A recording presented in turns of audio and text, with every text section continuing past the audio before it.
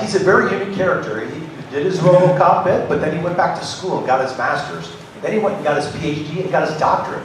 This is such a unique person. I'm looking forward to talking to him. Ladies and gentlemen, Peter Weller.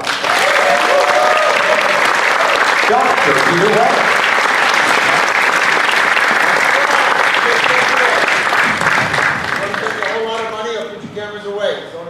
Photographing and that's like that. Got it? Everybody got that? Thank you so much. Do not. By the way, here's the thing about it. All I'm going to do is answer questions.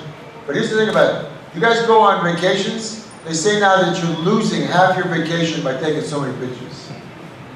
Did you read that? And it was in the New York Times. The guy said, put the camera, famous photographer, put the camera down and enjoy what you're watching. Put the camera down and enjoy what you're watching. Otherwise, people say, hey, you know, what was it like to be in Venice? I don't know, I got 150 pictures of it, but you got no experience of it at all. You understand that? And it was a thing like, you know, and I take too many pictures. I'm a picture guy. So anyway, all what we're going to do is, there's really nothing to do here except answer questions. So who's got the... We got two microphones, one on each side, and he'll go ahead. Let's rock and roll. Okay, we only got one side, we got two sides. I got two sides. Okay, let's start with ladies first, okay? Young Olivia, that's Chris's daughter, Olivia. Okay. Go ahead, Olivia. What's your favorite color? Okay, let me start with this. The suit weighed 55 pounds. It was in Dallas, Texas. It was 105 degrees. Yeah, it was hot. So please don't ask me about that. It took, the third act face took 6 hours and 40 minutes to put on.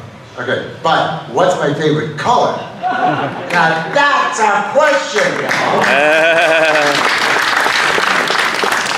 My favorite color is, what do you think my favorite color is? Guess, because I got a favorite color. Orange? You know, I have an orange car and an orange, some other stuff, but it's not my favorite color. Blue? I got a blue thing on, my eyes are blue. I have it in my contract that no one can have bluer eyes than me. On a set. What? Your dad is here? Okay, your dad has, everybody has to leave. Okay, so here's the thing. What is the original color? Okay, and who invented the original color? Who started dyeing things? You're gonna learn this in school later on. Anybody want to answer that for her? The Egyptians? Close! The Egyptians got it from these people. No, you're getting closer. Was it you? No, they got in a boat. First people were getting a boat and go someplace. Is your favorite color red? No. Come on, people. Look at the dye. Not Greece. No, you've circled it. You got Samaria, you got Egypt, you got Greece, and right in the center is Phoenicians. Thank you. Yes, who's Lebanese? Who's got Lebanese descent? Nobody. Okay, Phoenicians are Lebanese. They're also sort of Tunisians, Carthaginians. They invented purple. Oh. That's why the Roman royalty wears purple. That's why even the Chinese dynasties wear purple. That's my favorite color. I have another question. All right. What's your favorite food? Ready for this? In spite of the fact I live in Italy, there's two things. One is enchiladas from Guadalajara or San Antonio, where I'm from. Yo nací en San Antonio, Texas. And Kobe beef in Kobe, Japan. Now, that costs the mortgage to your house, but I just had Kobe beef with Chris Lloyd 2 weeks ago in Kobe, and you eat it in 20 minutes. 6-ounce filet, they grill it in front of you, boom, boom, boom, boom, boom, goes down like butter. You can cut it with a spoon. You ever heard of Kobe beef, anybody? Yeah, it's not Wagyu. As my friend Ben will tell you, Wagyu just means cow. So when you're getting Wagyu, hey, I'm eating Japanese Wagyu, really? You're just eating a cow from Japan, people. You understand? That's not Kobe beef. And the best Kobe beef stays in Kobe. You can eat Kobe beef or Kobe filet in Tokyo, it's fantastic. You eat it in Kyoto, it's fantastic. But there's like 18 different kinds of Kobe cows, and the ones that are beer battered they stay in Kobe. By the way, the best toro, the best sushi stays in Japan. You understand? Japanese are not stupid. They got something great. Nah. They'll sell you. But the best stays there. It's a destination place. That's my favorite food. An enchilada or Kobe beef. Okay, now I'm going to go to this side. Mike, question. No, first, This is fun. Your favorite color, my favorite food. Great. I got no Robocop questions at all. Great. your birthday is the 24th of June. Correct. Back in Quebec, that's St. Jean Baptiste Day. Oh. Listen, you think these birthdays started in Quebec? Jeez. Okay, no more questions. Get off the jingoistic national. You don't think to a Catholic holiday somewhere where Christ was born, somewhere, you know. And I don't think he was born in Montreal. So let's get this clear. Your saints' days were not invented in France or Quebec, okay? This is all Latin stuff. How hard did you find walking in the suit that you had in the movie? So, yeah, hey, well, you know what? Your saints' day started in Montreal. I don't think so. Non, je pense pas. That's right. Le jour de moi naissait et commençait in Rome. Don't you wonder why people ask these silly questions? Well, it's just that everybody thinks that that's where they started. You know, I mean, I live in a town called Positano. And this guy walks up and he says, "What is Positano?" I said, I don't know, it's maybe from Poseidon. I don't know. He says, "Oh yeah, Tano. Oh yeah, that's like, oh yeah, I know where they got it. They got it from us, town." And I'm looking at two Americans from New York thinking, do you really think a Greek village that's been there since 1000 BC got the word town from you New Yorkers? I don't, this is like jingoism. Now this is unbelievable. And my wife is saying, my wife is standing there going, "Let's go, honey, let's go.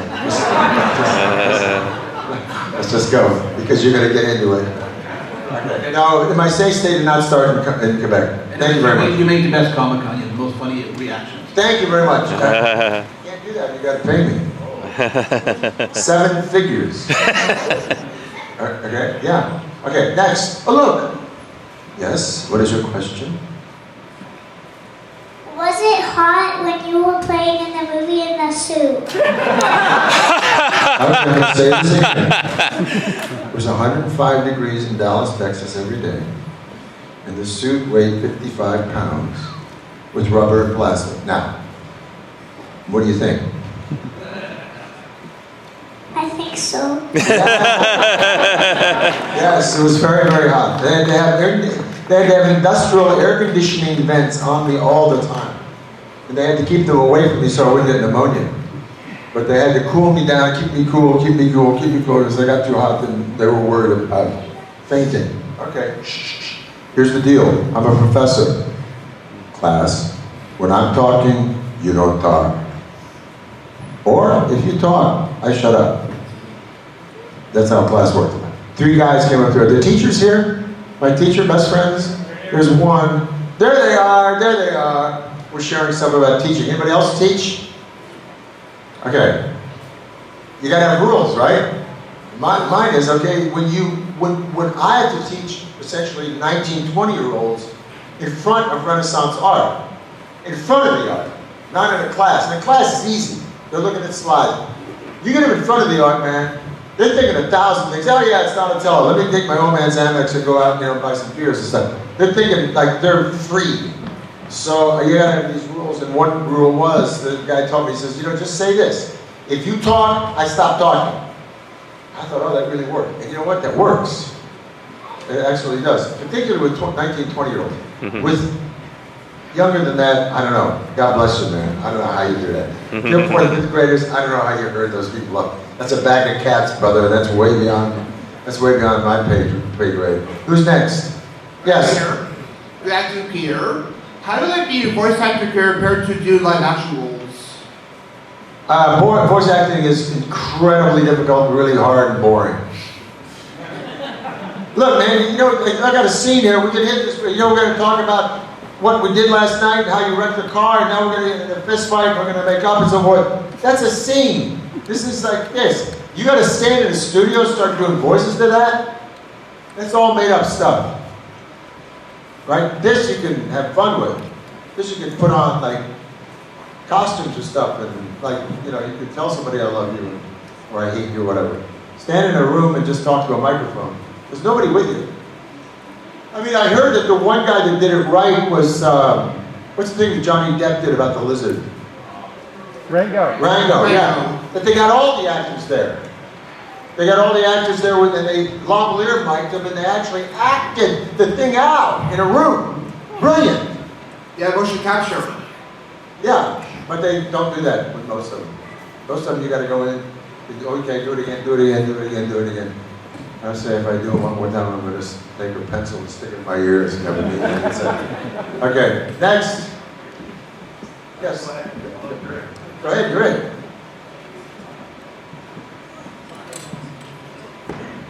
What was your favorite memory you had while filming Robocop? Oh. Oh. That's, okay, I have two memories. The best memories I have were not filming it. The best memories I have are all the bad guys, Kurtwood Smith and Calvin Young, and all the bad guys, and Paul McCrane, all those guys. We would all hang out together afterwards. They were all Jesse, Bowings, those were all my buddies. And hanging out with those guys were the best. Hanging out with Kurtwood on a weekend. Now here's my deal. I was training for the New York Marathon. So I was running at 4 o'clock in the morning every day. I was running at 4 o'clock, got it? 4 o'clock in the morning every day. Except for the third act face. That took 6 hours and 40 minutes sometimes to put on. So I'd run at 7, I'd go to bed. I was up by 2:30. I was in a makeup chair by 3. When the crew was coming in from drinking and partying, I was sitting in a chair. We'd finish that by 9:30. You understand that? From 3 to 9:30, just to do the makeup. Because all the seams were on camera. They weren't tucked behind your ears. Longest single prosthetic makeup job on an actor in the history of makeup was that phase of Robocop. Then it took another hour and a half to put on the suit. So by 10:30, I was ready to shoot, and then they could only shoot for 4 hours because the face would fall apart. So my day would start up at 2:30, gone at 3, done by shooting at 2, and then I would do my miles, but that's only for that phase. The other days I was running in the morning at 4 o'clock. Weekends, I felt depressed. Why do you think I felt depressed on a weekend? I actually had to talk to a friend of mine. Yeah, somebody wants to answer that? Yeah, why? Because you were used to the schedule and the filming and these crazy hours, and then you don't have that on your side. Exactly right. It's a crash, right? If you go, especially if you've been training for 6 months with mime and vegetarian diets and macrobiotic this and so forth, and finally you're putting on a suit. It takes you an hour and a half to put on the suit. Some days it takes you an hour and a half to put on the suit, 6.5 hours of makeup, and then you're walking and you're firing guns, you're fighting this, and you're in this whole thing of Paul Verhoeven. Paul Verhoeven goes 1,000,000 miles an hour, man. He don't wait around. You're not waiting with him. He's go. Then all of a sudden, you're off. Exactly right. And Saturday would come, you wake up and you go, what am I supposed to do, man? What am I supposed to do? And so I would call up Kurt, and Kurt would, thank God his wife Joan was there, and we'd all go out dancing. And then thank God Sunday would come and I would do my long miles for the marathon. But man, Saturday was like a crash, man. It was like, it was just a calm down. I had no idea what to do with myself on Saturday. Just like wandering around, bummed out. And that was the studio. That was my favorite thing, was hanging out with those guys. And my favorite thing on the set was actually shooting a gun in the drug scene. Because I grew up with guns. I don't do guns anymore. I don't pose with guns. I don't do guns. But I grew up with 45s as a fast draw, competitive. I'm from West Texas, horses, guns, shooting, killing, deer, quail, doves, all that stuff. I gave it all up when I went to Italy. My brother said your life went sideways when you went to Italy. My brother said you remember Mensa, a genius, God bless him, he's gone. You forsook the ethics of the country for the pretensions of a piazza. How about that? That's poetic, isn't it? I thought about it, I said, Mike, you're right. Forsook the ethics of the country for the pretend. Yeah, I would rather smoke a cigar and have a cappuccino than bid a horse, load a gun, or do fly fishing in a canoe ever again. Matter of fact, I don't think I ever want to do them again. Matter of fact, you can find me on a piazza, and that's what I do now. So I don't do any of that stuff anymore. But that was fun in that movie, shooting that gun, I gotta tell you. Shooting an automatic 47 shot, fully automatic Beretta. All that stuff was mine, under the thing and firing, whatever. They said, shoot what you want, man. And that was a whole day of like loading a gun and firing a gun. And, man, it was fun. I don't do it no more, but it was fun. Yeah, sometimes, you know, the sound of guns, the shooting of guns is, let's face it, I mean, shooting of guns is definitely a substitute for something.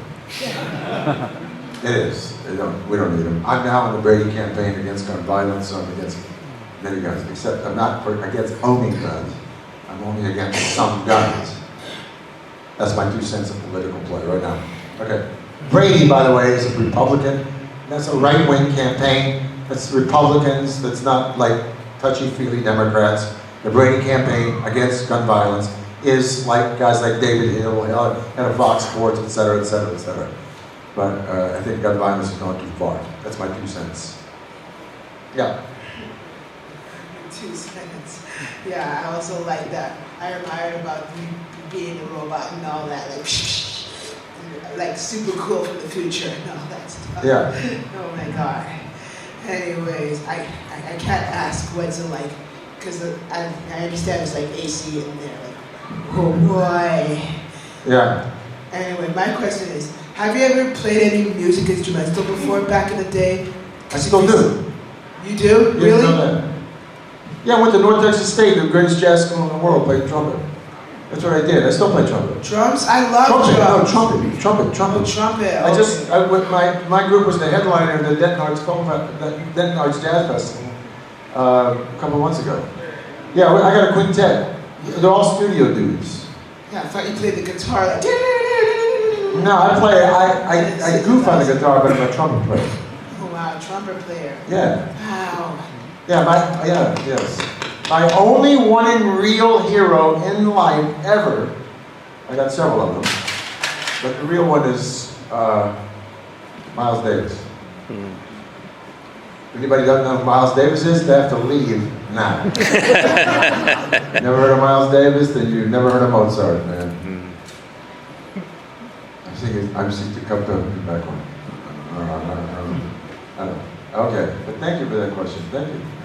Next. What is your favorite music band? My favorite band? Okay.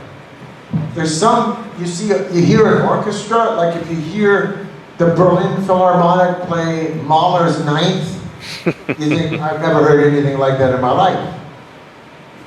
But then you can go hear Ella Fitzgerald sing, which I got to do. And you say, I've never heard a voice like that in my life. So then you hear Miles, which I heard Miles maybe 18, 19 times. I never heard anything like that. But also, I heard 3 weeks before he died, in Dallas, Texas, I saw Jimi Hendrix. And when you see Jimi Hendrix, on which all the rock and roll you're listening to today, all the stuff you like, doesn't matter whether it's some lead into hip-hop or rap or whatever, or punk or house music, whatever, that guy shifted a gear. That guy is now considered by Rolling Stone, by Spin Magazine, by everybody, as where the sound of the guitar changed. For good, including with jazz, including with flamenco. I mean, look, Pablo Casal's one of the great guys ever played the cello. Heard Jimi Hendrix and said, I don't even know what that is. So I hear you talking about Mahler. That's one of my favorite guys. If you're talking about Beethoven, he's one of my favorite guys. If you're talking about John Coltrane or Miles and Duke Ellington, that's my favorite music also. If you talk, but listen, I like Soundgarden. What can I say? I hear Soundgarden, I start dancing. So, but I saw Jimmy, and that's another. Anybody not heard it? Anybody's never heard of Jimi Hendrix? You gotta leave. Oh man, I was so fortunate to see him, man, and you can't photograph this. You cannot do that. Please, I'm asking you again and again and again. Don't. But Did anybody here ever see Jimi Hendrix? Probably not. No. Everybody here, I saw the Rolling Stones on their first tour. On their first tour, 1966. Yeah. Mick, when he danced in one hand, like trying to do James Brown. And then again, I saw James Brown, man. I think James Brown was like off the charts. Did everybody see James Brown? Anybody ever see? Amazing, right? I mean, what was James Brown? I don't even know what that was, man. No. So there's all these different things, but that's a really good question. My mother was a jazz musician, and one time I had to go see Neil Blanken. No, Neil Diamond, yeah. Neil Diamond. I had to go see Neil Diamond, right. Okay, Neil Diamond's not my jam, and I'm in a limo with a bunch of people from HBO, big shots. I go see Neil Diamond, we're supposed to go to this dinner. I don't want to go see Neil Diamond. My mother calls me, and hey, Ma, how you doing? Just remember those old big brick cell phones? I said, Ma, what you doing? She said, what are you doing? I said, I'm going, really drag, man, it's a drag. I'm going to see Neil Diamond. And she says, why is that a drag? And my mother's a hipster. My mother got to see people like Toscanini, and people like that. And she goes, why is it a drag? I said, well, I'm not, who wants to go see Neil Diamond? My mother excoriated me. She says, you do not denigrate anybody's music. Anybody. It may not be your thing, but you don't put it down. Particularly Neil Diamond, he's an amazing voice, he's got amazing harmonies. You'll find, I'll tell you better than that. You can dig out the beauty in everybody's music. Don't do it. And I'm like, jeez. And so, that's the great lesson, but she did teach me that. Like, everybody's got their own thing. Some people want to listen to Tammy Wynette. Fine. Tammy Wynette's fantastic. Some people want to listen to Buck Owens, for crying out loud. I dig Buck Owens too. But thank God I had a mother who gave me that world of ideas in music so I don't judge it. When rap came out, I didn't get rap. I got Run DMC, but all of a sudden, Chuck D and Public Enemy came out and it became political. And I loved it. So, everybody's got their own jam. But thank you for that question. It's beautiful. Yeah. Mr. Weller. Dr. Weller. Dr. Weller. Yes. There ain't no Mr. on my name. That's 10 years of my life, my brother. I got a book coming out with Cambridge University Press. Do you know how hard it is to be published by Cambridge University Press? Yeah. You know it's the first civic press on planet Earth? They were all attached to Abbey schools before that. You know who started Cambridge University Press? Who started it? King did. What? What? Who's the king that said, I'm not going to answer to any church? Correct. Correct. He started Cambridge University Press. So that awards me the fact and by the way, Dwight Yoakam, do you know who he is? When I got my PhD, I was in the set of Under the Dome, directing Dwight Yoakam. And I got the email that said, Dear Mr. Weller, UCLA has now approved your dissertation. Do you wish to take part in the PhD march and so forth? And I started to faint, and Dwight, who's fantastic, man, he goes, what's going on, brother? He's from Kentucky. I said, I got my PhD. He said, my wife said, when I get my PhD, that I can be called doctor for 6 months. And Dwight, I thought he was kidding. Do we all know what Dwight Yoakam is, right? And he goes, no, man, not 6 months. And he stands up on a picnic table in front of the whole crew. Peter Weller just got his PhD. He just got his PhD in Italian Renaissance art. He's going to be called doctor forever, forever. And everybody goes, yay. And I'm thinking, I don't know if my wife's going to like to hear that. And so thanks to Dwight, he said, and he told me, and I thought he was goofing. But then you got a poor guy from Kentucky who's made good. He was not goofing. And he was saying, you have to correct everybody, and you must be called doctor. And so on behalf of Dwight, who always sends me birthday cards, call me doctor, brother. Sure. No, Dr. Weller. Yeah. Thank you. I I'm curious. If you could have dinner with anybody, with Kobe beef, anybody living, right? You mean the conversation? Conversation. What would the conversation be? But first, can you tell us who you would pick to eat with, and then what the conversation would be? I would rather have dinner with Oscar Wilde than anyone. Okay, so someone not living. Yeah, because I've had dinners. Look, man, I mean, look, I've had dinner with the Queen of England at the Queen's table. Yeah, 8 people with 250 billionaires sitting below us, thinking, what does that idiot actor get doing up there with the Queen? And I have to be there. And I'm talking about the George Bush, Ross Perot, Clinton Murchison, billionaires, Buffett. All of them, down below. Wonder what the idiot act is who gets this next to the Queen. That's why. No. They invited me because my dad was LBJ's Army 1 pilot. That's why. And Governor Ann Richards invited me. So nothing impressed me. But Gore Vidal was the most amazing guy I ever had dinner with. And I had many dinners with him. Other than that, I've had a couple of dinners with politicians that were just astounding. Richard Reardon, ex-mayor of LA, was an amazing guy to have dinner with. Because we talked about education. Now, if I had dinner now, I had dinner with Oscar Wilde. I want to have dinner with the funniest guy. Who's not just funny, not the one-liners, because I know those idiots. I don't need one-liners. Maybe you could have dinner with me. No, you're a one-liner guy, I can tell.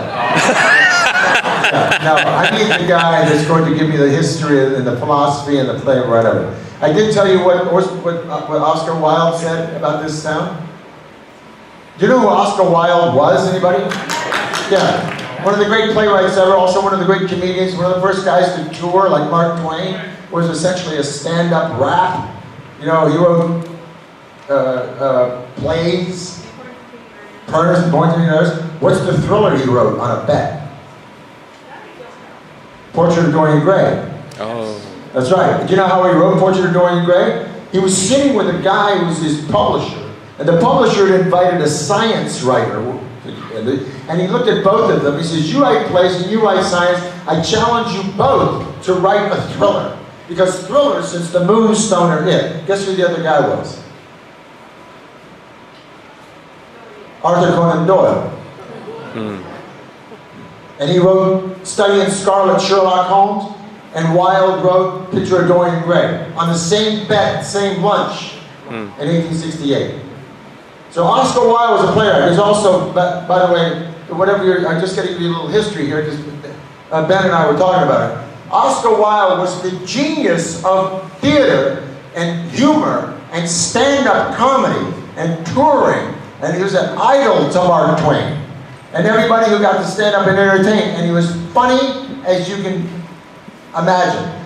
He had maybe an affair with the grand-nephew of Queen Victoria, and they went after him. And this is like, if you want to go, if you think your life is bad now, if you think you got like diversity problems now, go back and live in Victorian England in 1890, man.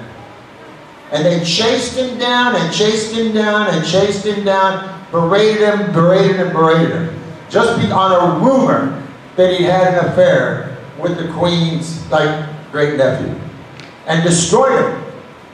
They're one of the great wits ever, and they regret it to this day. You talk to any Englishman or Englishwoman anywhere, one of their great regrets is the annihilation of Oscar Wilde based on rumor because of the royals' possible insult. Did anybody know this story at all about him? Yeah, it's sad, but he's funny as unbelievable. And he said this thing about Niagara Falls.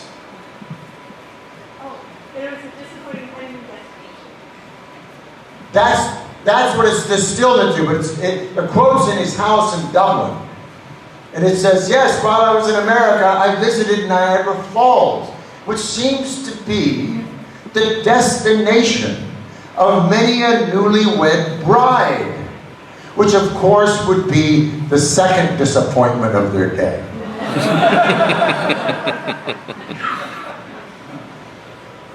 That's clever, man. That's clever. And my wife howled. I said, are men really the disappointment? She says, yes, you're stupid. I go, okay, is it a smart man that admits he's stupid? She goes, it's a brilliant man who admits to a woman that he's stupid. I said, honey, I give it up. I'm lost without you, and I'm a dumbass. Yeah, go ahead.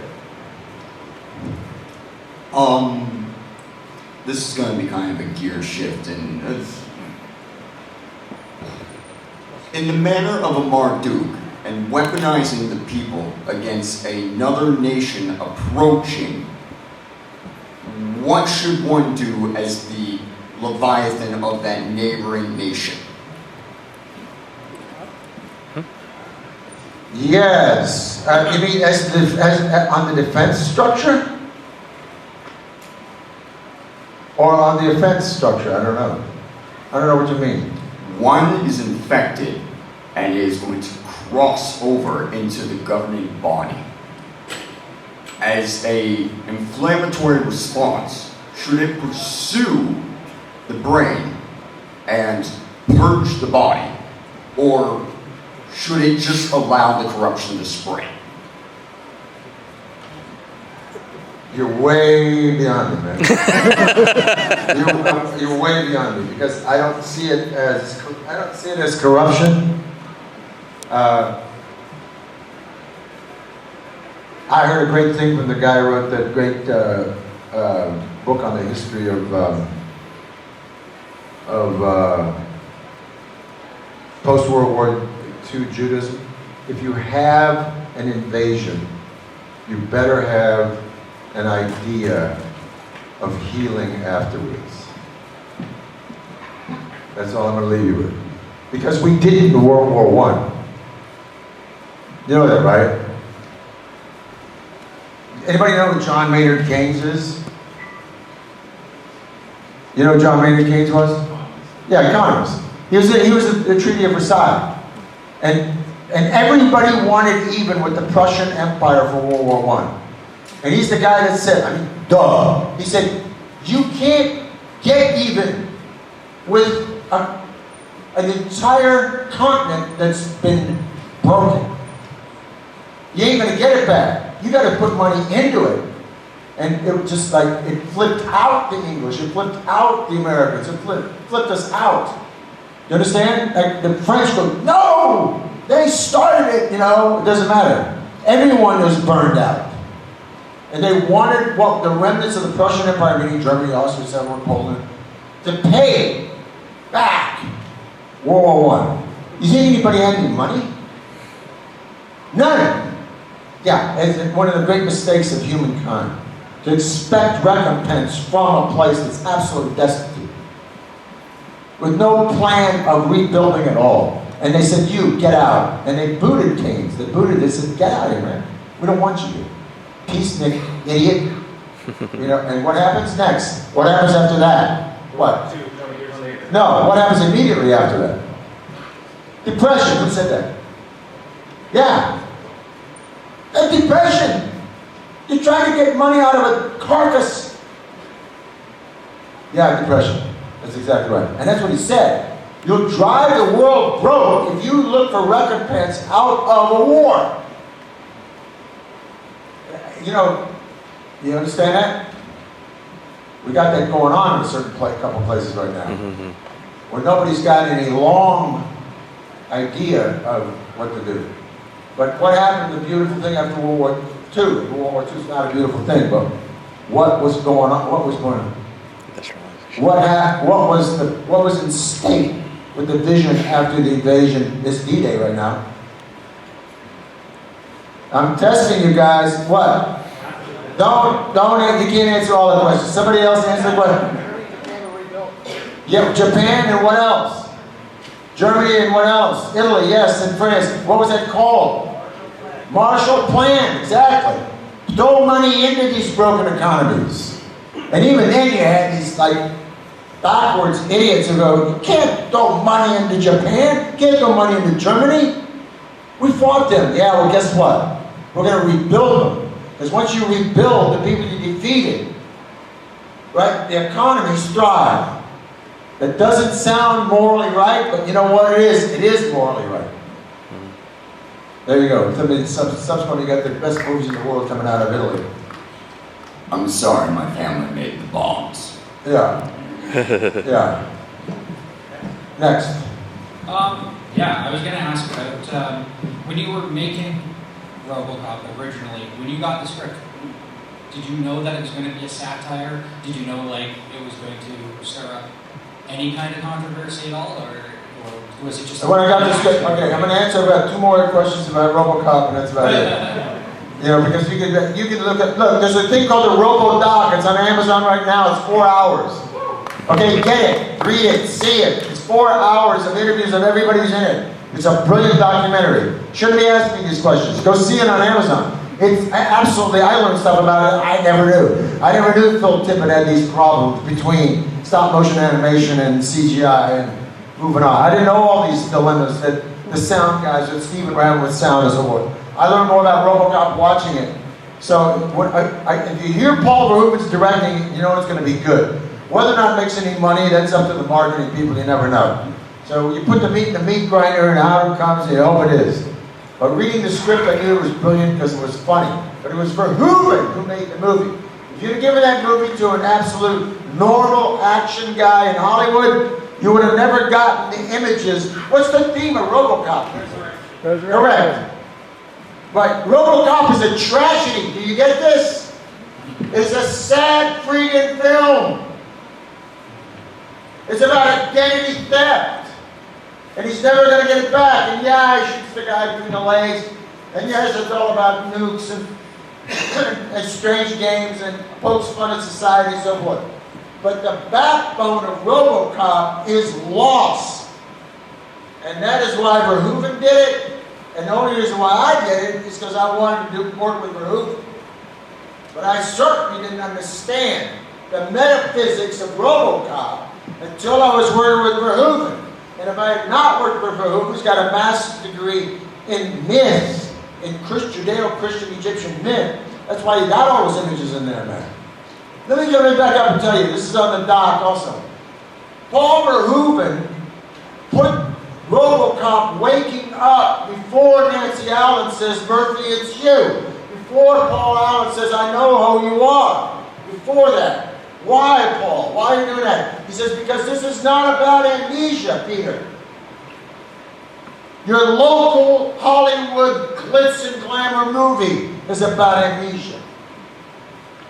This is about the spirit. The only thing they cannot steal is his spirit, because it's God-given, or universe-given, or infinity-given. They cannot take it. It wakes up on its own. That's Verhoeven. You think you could give it a Joe Blow out of film school at UCLA? That they would have gotten that out of it? You think? Would have been entertaining. Would have been some funny moments. But it would not have been what Verhoeven made out of it, man. Because that movie is watchable and watchable and watchable and watchable and watchable. And it ain't just the script, it's what Verhoeven brought to it. So, I mean, there ain't Mike Miner, Ed Neumeyer, me, anybody in that movie ain't gonna go, it's Paul. Okay?